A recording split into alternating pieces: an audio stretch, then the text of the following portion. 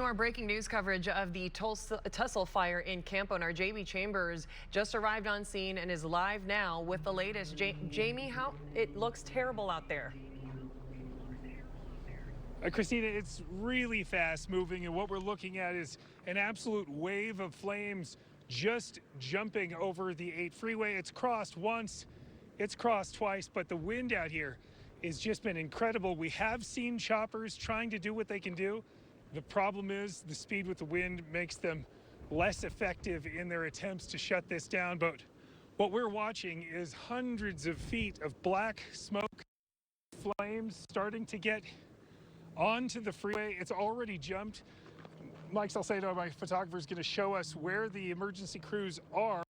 And right ahead, that is on the eastbound side of the 8 freeway. You can see that they're already battling the flames on the eastbound side. This is the westbound side where the major head of columns of smoke and flames are really happening.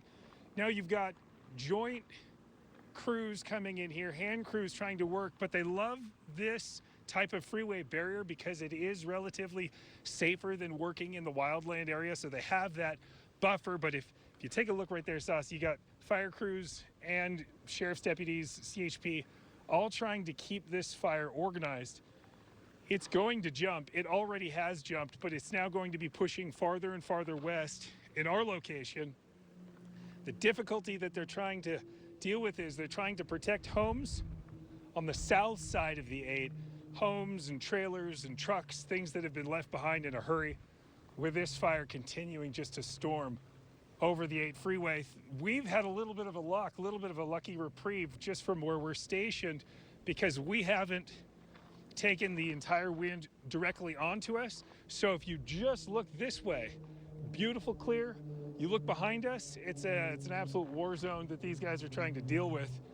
But this wind can change at any moment. So Mike and I are really light on the ground. Our bags are packed and ready to roll if we need to. But this is really the head of the flames.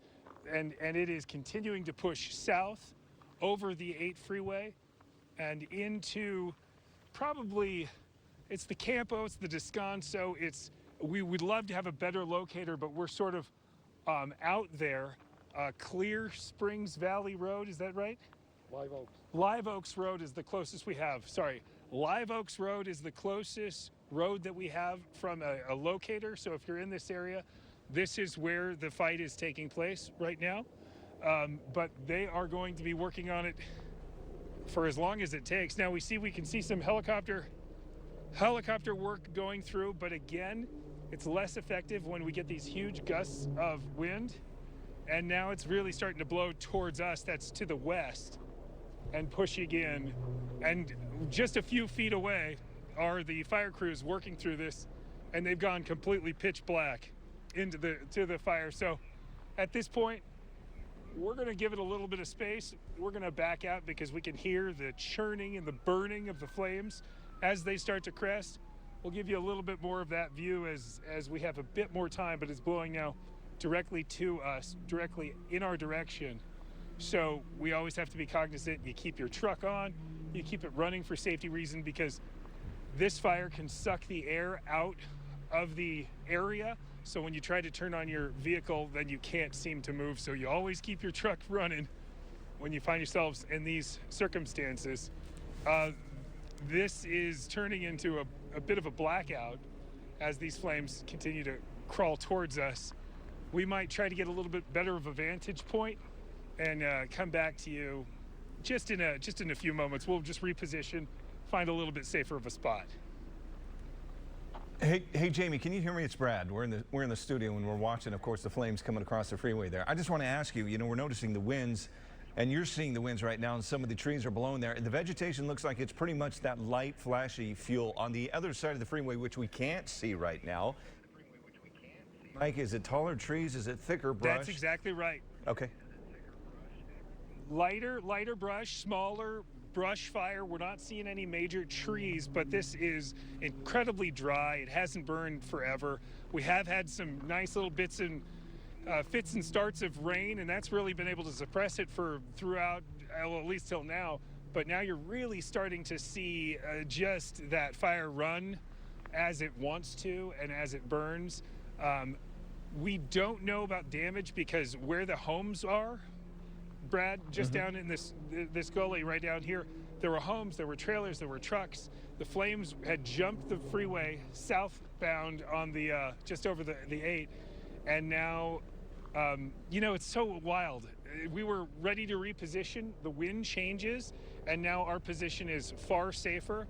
So we are really at the whim, and so are these firefighters, at the whim of the winds and how they continue to move.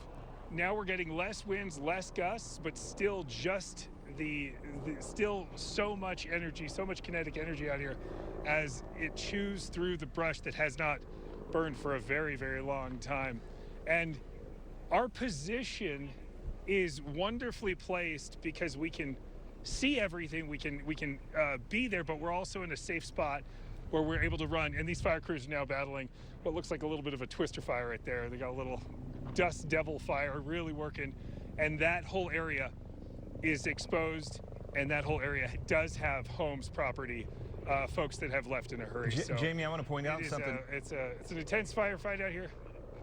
I want to point out something here real quick because we're talking about the vegetation burning, and on top of the winds are sporadic right now, as you mentioned. Right now, sustained about 12 to 15 miles an hour, but we're seeing some isolated gusts closer to 30 miles an hour. Of course, that's going to move the wind.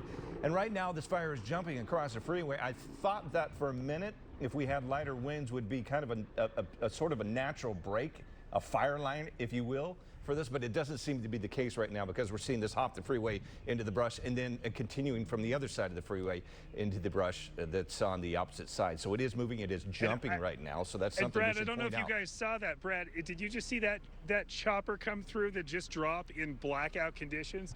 Incredibly brave move by that sheriff's deputy to fly in there in Astria and drop right in the heart of the flames with full blackout conditions. But I think it's our time to bounce. The crews are rolling, and guys, we'll send it back to you and find a better position. Yes. We'll see you just in a little while when we got a better position. We'll send it back to you in the studio. Jamie and Mike, we are so appreciative of you. Please get to safety. Always safety first. My heart's pounding for them, Brad, as we were taking them live. Just so you guys know, we are at 500 acres per CAL FIRE. That number likely to grow here in the next few minutes. But we are going to take a quick little break, and we'll be right back.